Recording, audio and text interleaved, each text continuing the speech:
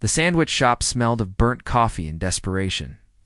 Olivia Parker wiped down the counter for the third time that hour, her hands trembling from exhaustion.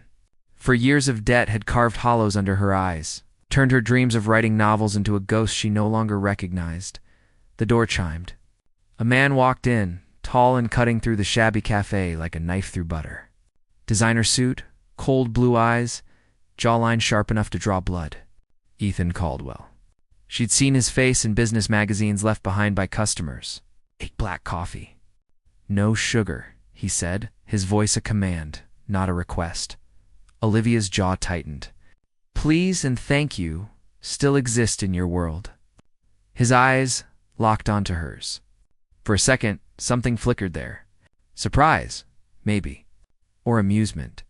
She made his coffee in silence, hands steady despite the way he watched her. When she slid it across the counter, he took a sip, then set it down with a sharp clink. "You don't care who I am, should I?" The corner of his mouth twitched. Not quite a smile. "Most people do. I'm not most people." That evening, she was locking up when the black Mercedes appeared. Ethan stepped out, his presence somehow larger in the darkness, more dangerous. "I have a proposition," he said, moving closer. The streetlight cast shadows across his face, making him look almost predatory. "I need a wife. Fake, temporary, 1 year. You need money." I checked. Heat flooded her cheeks. "You investigated me?" "I investigate everything." He pulled out a check, held it up. The number made her stomach drop. More zeros than she'd seen in her lifetime. "This is half up front. The rest when the year ends." Olivia's heart hammered against her ribs. This was insane. Completely insane. But the weight of her parents' debt pressed down on her shoulders, like stones, dragging her under every single day. "Why me?" "Because you're not impressed by money. You won't fall for me.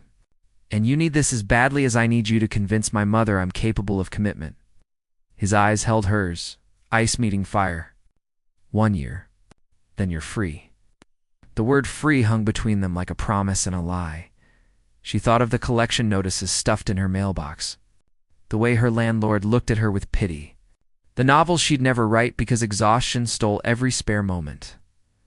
"I have conditions," she heard herself say. "Name them." "I keep my job. I finish my book. And you don't touch me unless your mother's watching." Something dangerous flashed in his eyes. "Deal." He extended his hand. The moment her fingers touched his, electricity shot up her arm. His grip was firm, warm, completely at odds with the coldness in his voice. "Welcome to the family, Mrs. Caldwell." The name sounded wrong. Sounded like a prison sentence, or maybe something far more terrifying. 1 week later, she stood in the marble foyer of his mansion, her single suitcase pathetic against the backdrop of obscene wealth. Floor 2 ceiling windows, artwork worth more than her life. Silence so thick it suffocated. Ethan descended the curved staircase, dressed in casual clothes that probably cost more than her rent. But it was his eyes that made her breath catch. They swept over her, assessing, calculating. "Your room is on the 2nd floor. East wing, stay out of my office." "Stay out of my way." "Charming," she muttered. "Did you practice being this warm, or does it come naturally?" His jaw clenched. "This is a business arrangement. Don't mistake it for anything else. Trust me, I won't." She grabbed her suitcase, started toward the stairs. "Olivia." She turned. He stood there, backlit by chandelier light, beautiful and cold as a statue. "My mother arrives tomorrow. From this moment on, we're married. Madly in love. Can you do that?" She lifted her chin. "Can you?" For the first time, she saw something crack in his armor. Just a hairline fracture. But it was there. Guess we'll find out. That night, Olivia lay in a bed bigger than her old apartment, staring at the ceiling. Down the hall, she could hear Ethan moving around. The sound of ice clinking in a glass, footsteps pacing. She'd sold herself to a stranger. For money. For freedom. But as she drifted into uneasy sleep, one thought haunted her. What if the cage she'd escaped was nothing compared to the one she'd just walked into? Margaret Caldwell arrived in a storm of Chanel and judgment. She swept through the mansion doors like a queen inspecting conquered territory. Her steel-gray hair pulled back so tight it could have been armor. "Where is she?" Olivia emerged from the kitchen, barefoot, wearing jeans and one of Ethan's shirts she'd borrowed. Not the designer dress he'd left on her bed with a note that said, "Wear this." Margaret's eyes narrowed. Ethan appeared beside Olivia, his hands sliding around her waist, pulling her close. The touch sent heat racing through her body. "Mother, this is Olivia. My wife." The word wife in his voice sounded almost real. Margaret circled them like a shark. "You married a waitress." "I married the woman I love," Ethan said smoothly. His thumb traced small circles on Olivia's hip, a gesture so intimate she forgot to breathe. "Isn't that what you wanted?" "I wanted you to marry someone suitable." "I'm standing right here," Olivia said, finding her voice. "And I'm plenty suitable." Margaret's lips curved. Not a smile. Something sharper. "We'll see." The next 3 days were a performance that would have won awards. Ethan played the devoted husband with terrifying precision. His hand constantly found hers. He'd brush hair from her face during breakfast, press kisses to her temple when Margaret watched, whisper things in her ear that made her laugh despite herself. "You're enjoying this?" Olivia hissed one evening as they dressed for dinner. He adjusted his tie in the mirror, eyes meeting hers in the reflection. "What makes you say that?" "The touching. The kissing. It's more than necessary, is it?" He turned, moved closer. They were in his bedroom, the space between them crackling with something dangerous. "Or are you enjoying it too?" Her pulse hammered. "This is an act. Is it?" His hand came up, cupped her jaw. His thumb traced her bottom lip feather-light. "Because it's starting to feel pretty real to me, Ethan." Her voice came out breathy. "Weak. Dinner's ready." Margaret's voice called from downstairs. He stepped back, the coldness slamming back into place like a door. Showtime. But that night, after Margaret retired, Olivia found Ethan in his study, surrounded by darkness and expensive scotch. The moonlight cut across his face, revealing something broken beneath the ice. "Why does she hate you so much?" Olivia asked quietly. He didn't look at her. "She doesn't hate me. She hates what I remind her of." "What's that?" "My father. The man who destroyed her." He took a long drink. "He cheated. Left her for someone younger, prettier. She spent years building walls, teaching me that love is weakness. And now she wants me to marry, to prove I'm not him." The irony is suffocating. Olivia moved closer, sat on the edge of his desk. "Is that why you don't believe in love? Because of him?" Finally, he looked at her. Really looked at her. "I don't believe in love because I've seen what it does. It makes you weak, vulnerable. It gives someone else the power to destroy you. Or maybe it gives you something worth fighting for." His eyes darkened. "You're a romantic." "I should have known, and you're a coward." The words hung between them, sharp as broken glass. Ethan stood abruptly, closing the distance between them in 2 strides. His hands gripped the desk on either side of her, caging her in. She could smell his cologne, feel the heat radiating off his body. "Say that again," he breathed. Her heart raced, but she didn't back down. "You're afraid. That's why you hide behind money and contracts and ice. You're terrified of feeling anything real. You think you know me?" His voice dropped to something dangerous, something raw. "After 2 weeks, I know you better than you think." His gaze dropped to her lips. The air between them turned molten. "This is a mistake," he whispered. "Probably." He leaned in, his breath ghosting across her skin. Her eyes fluttered closed. Another inch, and they'd cross a line they couldn't uncross. The door burst open. Margaret stood there, his eyes sharp, calculating. "How touching. Young love?" But her tone said she didn't believe a word of it. Ethan stepped back smoothly, his mask firmly in place. "Mother, can't you knock?" "In my son's house." She moved into the room, studying them both. "I have news. Your father wants to meet Olivia dinner. Tomorrow night. All of us together." Ethan's entire body went rigid. "No, yes. Margaret's smile was cruel. If this marriage is real, you'll have no problem with a simple family dinner. Unless there's something you're hiding? Olivia's blood ran cold. She'd seen photos of Richard Caldwell, the man who'd destroyed Ethan's family. The reason for all his walls? We'll be there, Olivia heard herself say. Ethan's head snapped toward her, betrayal flashing in his eyes. Margaret's smile widened. Wonderful. Don't be late, she swept from the room. The silence that followed was suffocating. Why did you do that? Ethan's voice was soft, deadly, 'cause running away won't convince her. You don't understand what you've done. He moved to the window, shoulders tight with rage. My father is a monster. And now you've invited him into our lives. Our fake lives, Olivia corrected quietly. He spun around, and the look in his eyes made her stomach drop. Pain, raw and bleeding. Right, fake, grabbed his jacket, headed for the door. I need air. Ethan, wait. But he was gone, leaving her alone in the darkness. Out, wondering what she'd just unleashed. Outside, thunder rolled across the sky. The storm was coming, and they were standing right in its path. The restaurant was the kind where silence cost extra. Crystal chandeliers, waiters who moved like shadows, and a table where Richard Caldwell sat like a king holding court. He looked like an older, crueler version of Ethan. Same sharp jaw, same cold eyes, but with a smile that set Olivia's teeth on edge. So this is the girl who tamed my son? Richard's gaze slid over her like oil.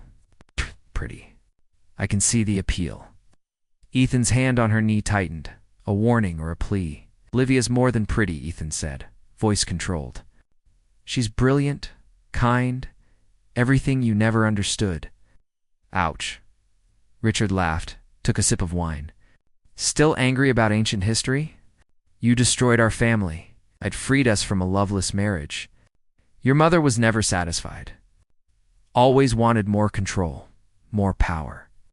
He leaned forward, eyes glittering. Tell me, Ethan, does your wife know about the contract? The world tilted. What contract? Olivia heard herself ask. Richard's smile widened. Oh, you didn't tell her? About the company clause? The one that says if you don't produce an heir within 2 years of marriage, you lose everything to the board? Ice flooded Olivia's veins. Ethan. He wouldn't meet her eyes. It's complicated. No. Her voice cracked. It's simple. Did you marry me because you needed an heir? The silence was damning. This is delicious, Richard murmured. Shut up, Ethan snarled at his father, then turned to Olivia. Let me explain. Explain what? That I'm not just a fake wife? I'm a breeding contract? She stood, legs shaking. Did you plan to tell me? Or just wait until you knocked me up and trapped me forever? Olivia, please. He reached for her hand. She jerked back like he'd burned her. Don't touch me. Let her go, Richard said lazily. Girls like her always run. It's what they do. Something in Olivia snapped. She turned on Richard, fury blazing through her veins. You want to know what destroys families? Not love? Cowards like you who mistake cruelty for strength. You didn't free anyone. You just proved you were too weak to fight for what mattered. She grabbed her purse, started walking. Olivia? Ethan followed her into the rain-soaked street. Let me explain. She spun around, tears mixing with rain. What's there to explain? You used me. Just like everyone else in my life. I thought this was just about your mother, but it's worse. You wanted a womb with a signature? That's not true? His voice broke. It started that way, but it changed. You changed everything. Liar. She shoved him, barely moving him. But the gesture felt good. You're just like your father. Playing games. Manipulating people. I am nothing like him. The words ripped from his throat. I didn't tell you because I was afraid. Afraid you'd leave? Afraid this feeling I have would disappear. He grabbed her shoulders, rain streaming down his face. I'm falling for you, Olivia. That wasn't part of the plan. But it's real. This is real. She wanted to believe him. God, she wanted to. But trust was a luxury she couldn't afford. Let me go, she whispered. His hands dropped. and the look in his eyes, that devastation, nearly broke her. Out. If that's what you want? She walked away, each step agony, expecting him to call out again. He didn't. Back at the mansion, she threw clothes into her suitcase, hands shaking so badly she could barely zip it. She'd been such a fool. Thinking this could be different. Thinking he could be different? Going somewhere? Margaret stood in the doorway, expression unreadable. I know about the contract. All of it good. Margaret stepped inside, closed the door. Then you know my son needs you. He used me. He's terrified of you. Margaret's voice softened, something Olivia had never heard before. I've watched Ethan build walls for 20 years. Since his father left, he's never let anyone close. Until you. He looks at you like you're air and he's drowning. Then why didn't he tell me the truth? Because men like my son don't know how to ask for what they need. They take. They control. They hide. Margaret moved closer. But you broke through. I've seen it. The way he smiles when you enter a room. How he can't stop touching you. That's not acting. How do I know you're not manipulating me too? Margaret's laugh was bitter. Because I spent my life in a loveless marriage. I don't want that for my son. Yes, I pushed him. But when I saw you two together, I saw something I never had. Something real. Don't let fear win. Don't let Richard win. Fight for him. Olivia's phone buzzed. A text from an unknown number. Ask Ethan about the trust fund he set up in your name. 3 months ago. Before the marriage clause even mattered, he's been protecting you since the beginning. She looked up at Margaret. Did you send this? No, but I know who did. Margaret smiled slightly. My son's assistant, the one person who sees everything. Olivia's hands trembled. 3 months ago. Before the dinner with Richard, before everything spiraled, he'd been protecting her. The door burst open. Ethan stood there, soaked, chest heaving. Don't go. Ethan, Margaret murmured. I'll give you 2 privacy. She slipped out, leaving them alone. I set up a trust fund, he said, words tumbling out. Enough to clear your debts, pay for school, set you up for life. No strings. You can access it whether you stay or leave. I did it because I needed to know you'd be okay, that even if this all fell apart, you'd be safe. Tears blurred her vision. Why? Because somewhere between the coffee shop and now, you stopped being a contract and became everything. He moved closer, slowly, like approaching something wild. I'm broken, Olivia. I'm cold and damaged and terrible at this. But I want to try. With you. Only you. She looked at him. Really looked. Saw the boy behind the billionaire. The scared kid whose father abandoned him. The man who'd built walls so high he'd forgotten what sunlight felt like. No more secrets, she whispered. No more secrets. No more lies. No more lies. He reached out, cupped her face. Just us. Figuring this out. Together. She kissed him then. Not for show. Not for Margaret. For them, the kiss was desperate, hungry, years of loneliness pouring into it. His hands tangled in her hair, pulling her closer. She tasted rain and regret, and something that felt dangerously like hope. When they broke apart, both breathless, he pressed his forehead to hers. I love you, he breathed. I don't know how to do this, but I love you. I love you too, she whispered back.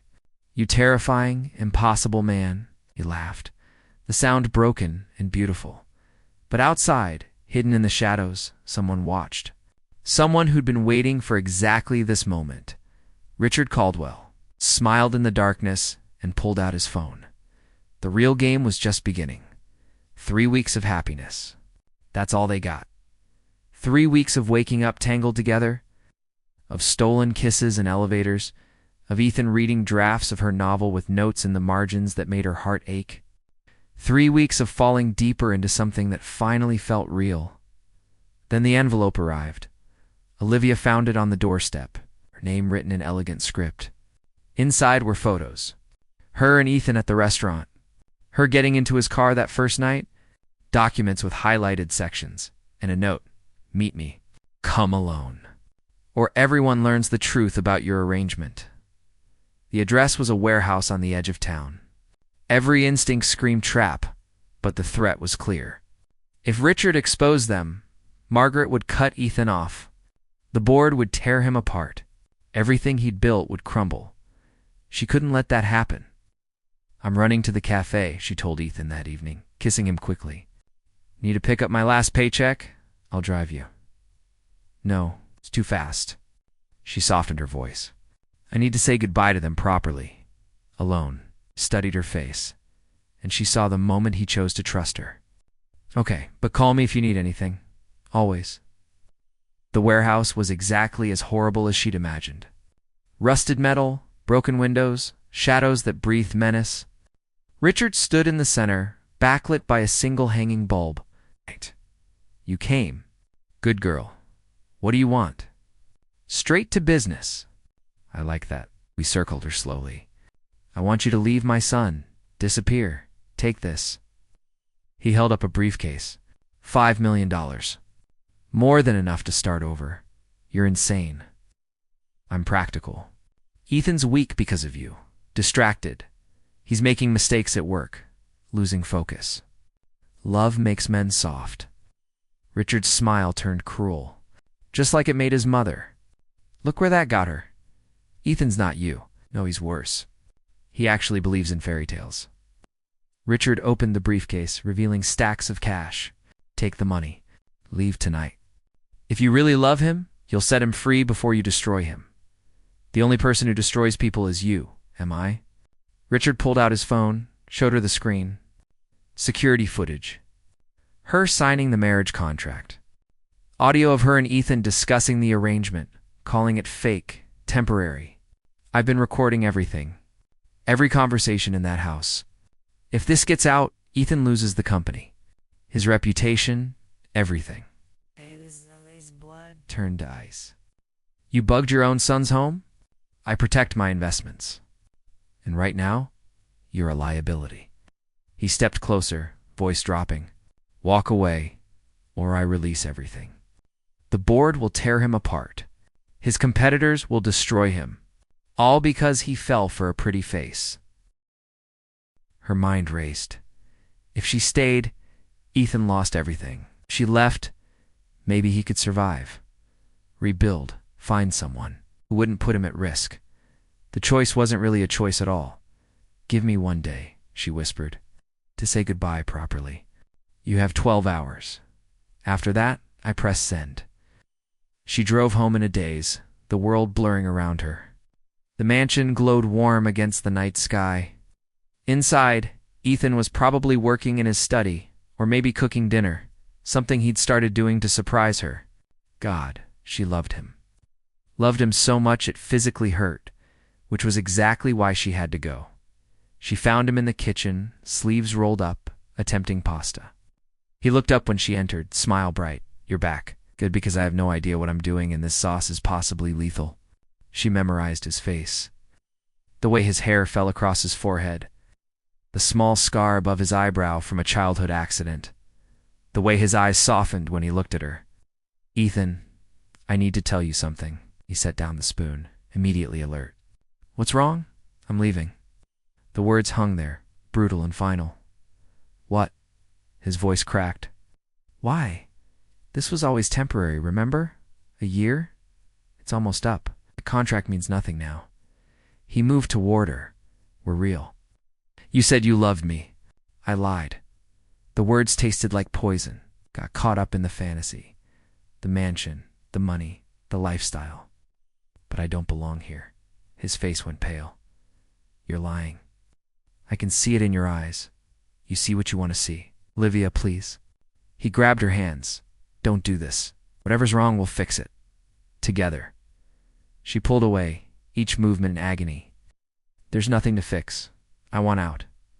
I want my life back. What about the trust fund? Your debts are gone. You can go back to school. Anything you want. I want freedom. She forced her voice cold, channeling every bit of pain into armor. From you, from this cage you built and called love.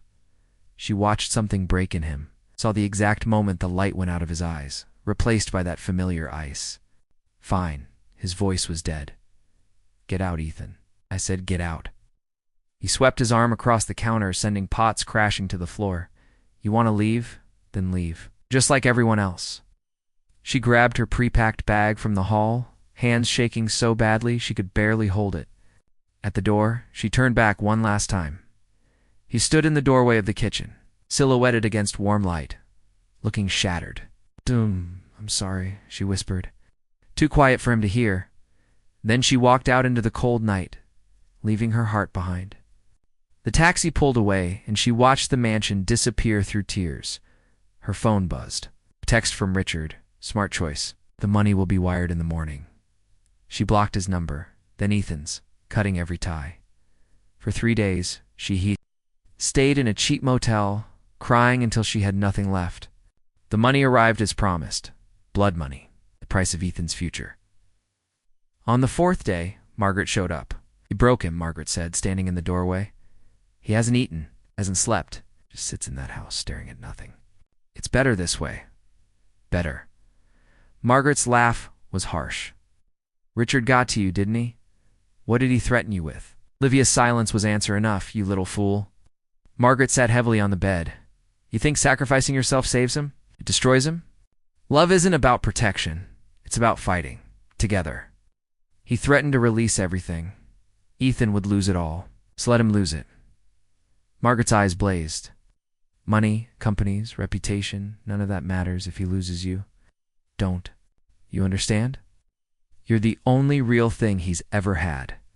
I can't let Richard destroy him, then don't. Margaret pulled out her phone, made a call. I need you to come to the Riverside Motel, room 12. Now. Who did you call? Olivia asked. Margaret smiled, and it was sharp as a blade. Someone who's very good at destroying men like Richard. My lawyer and a few friends at the SEC. If Richard wants to play dirty, he picked the wrong family. 30 minutes later, a woman in a power suit arrived, followed by 2 federal agents. Tell them everything, Margaret commanded. So Olivia did. The blackmail, the recordings, the threats. The lawyer smiled. Legal surveillance, extortion. That's 2 felonies before breakfast. Mr. Caldwell is about to have a very bad day. What about Ethan? Olivia whispered. Tell him yourself. Margaret handed her car keys. Go get him, before that stubborn boy does something stupid. Olivia drove through the city, heart pounding. If he didn't believe her, what if the damage was too deep? The mansion was dark, except for one light. Study she used her key, walked in quietly. Found him at his desk, surrounded by empty bottles, papers scattered everywhere. Ethan. He looked up, and the devastation in his eyes nearly brought her to her knees. Is this a ghost? His voice was raw. Or am I finally losing it? It's me. I'm here. I'm so sorry. Sorry. He stood, swaying slightly. You gutted me and you're sorry. Your father blackmailed me, threatened to release everything. I thought leaving would protect you. He stared at her, processing. Then his fist slammed into the desk. You should have told me. We could have fought him together. I know. I was stupid and scared and I hurt you. Tears streamed down her face. But your mother fixed it. Richard's going down. We're safe. Safe. He laughed bitterly. I don't give a damn about safe. I care about you. And you left. I came back. Why should I believe anything you say? Because I'm not leaving again. Not ever. She moved closer. I choose you. The broken parts. The scared parts. All of it. If you'll still have me. His jaw clenched, eyes swimming. You destroyed me, I know, I'm sorry. Please, he turned away. I can't do this. Her world crumbled. Then she heard it. Da-da-da-da-da-da. A broken sound. He was crying.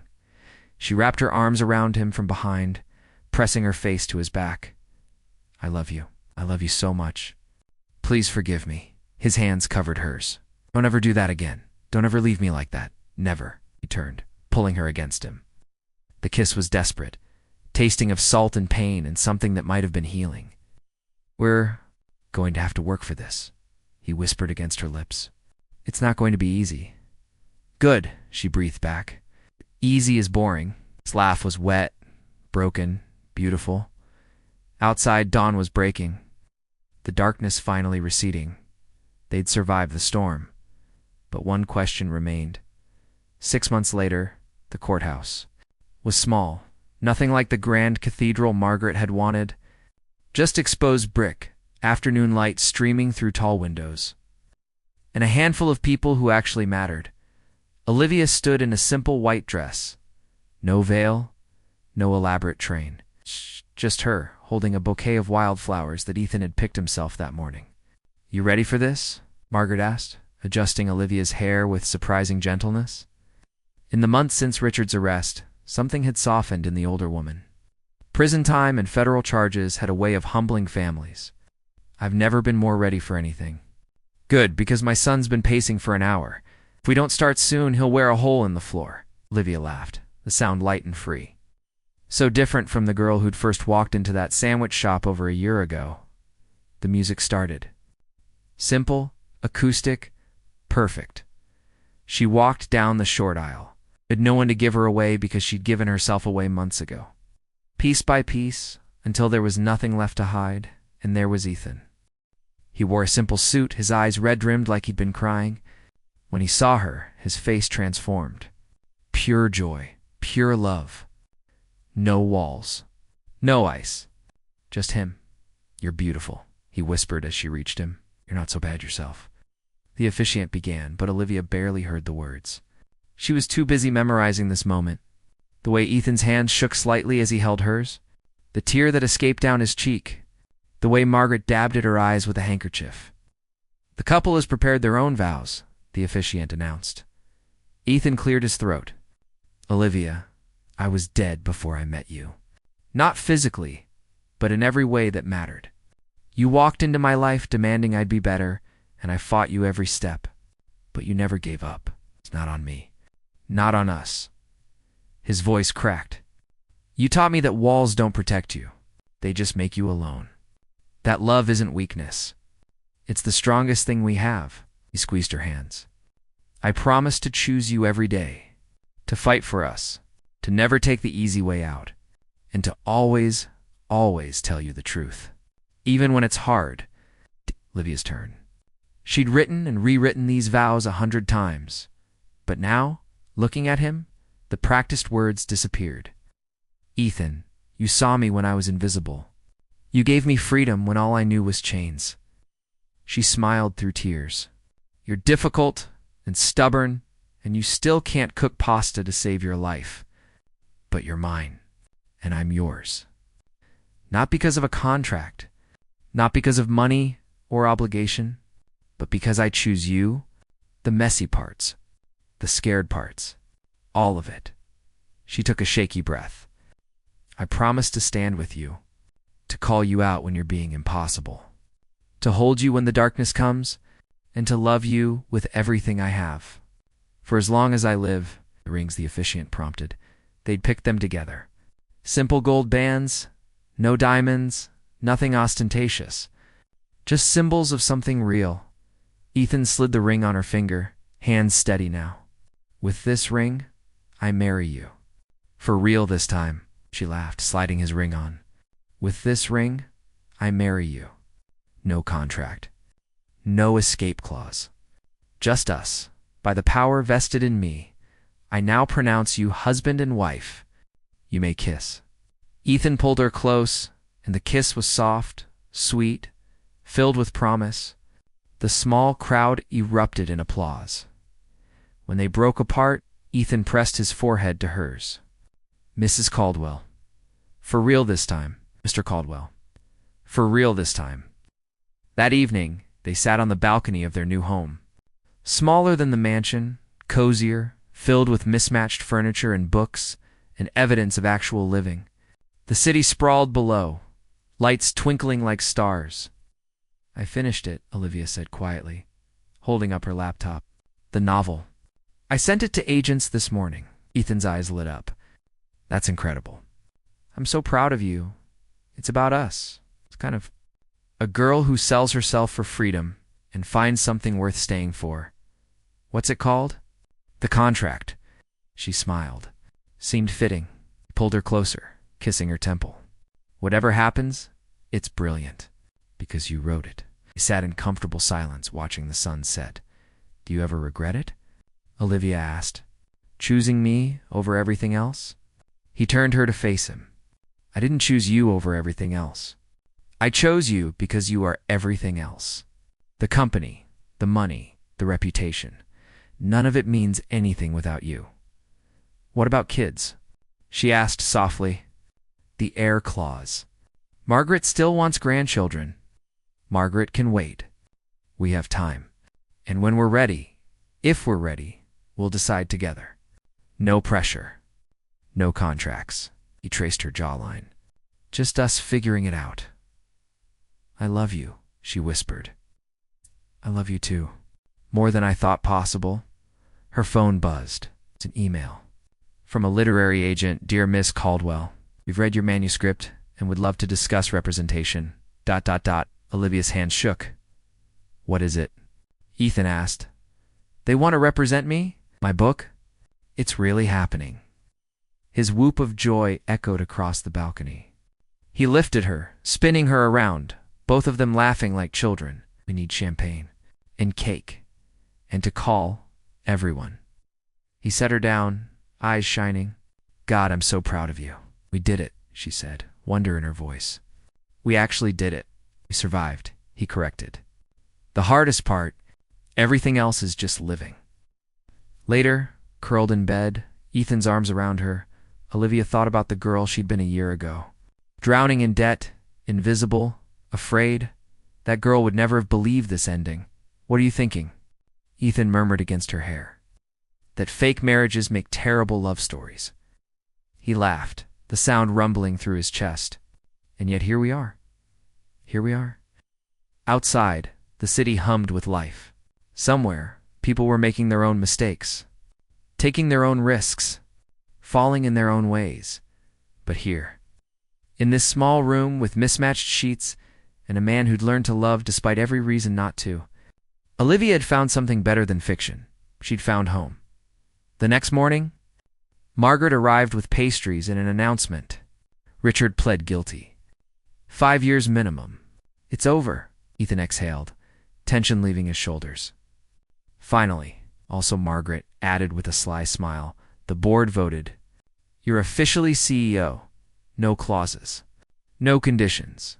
It's yours. I don't want it, Ethan said simply. Promote James. He's earned it. Margaret blinked. You're serious? I'm starting something new? With Olivia? Something that matters. He looked at his wife, love clear in his eyes. We're opening a foundation. For kids who lost their parents? To help with education, debt, all of it. So no one has to make the choices Olivia did. Olivia's eyes filled. When did you decide this? The moment I realized money can't buy happiness, but it can prevent suffering. If we use it right. Margaret nodded slowly. Your father would hate this. Good, Ethan, and Olivia said in unison, then laughed. Then it's perfect. Margaret raised her coffee. To new beginnings. They clinked mugs, and in that moment, the weight of the past finally lifted years later. At the opening of the Caldwell Parker Foundation, surrounded by kids they'd helped, success stories and second chances, Olivia would look back at this moment. The moment when a fake marriage became real love, when a contract became a choice, when two broken people found each other in the wreckage and built something beautiful. Ethan would catch her eye across the room, smile that was only for her. And she'd know this was always how it was supposed to end. Not with perfection, but with truth, with scars that healed into stories, with love that fought for itself and won the end.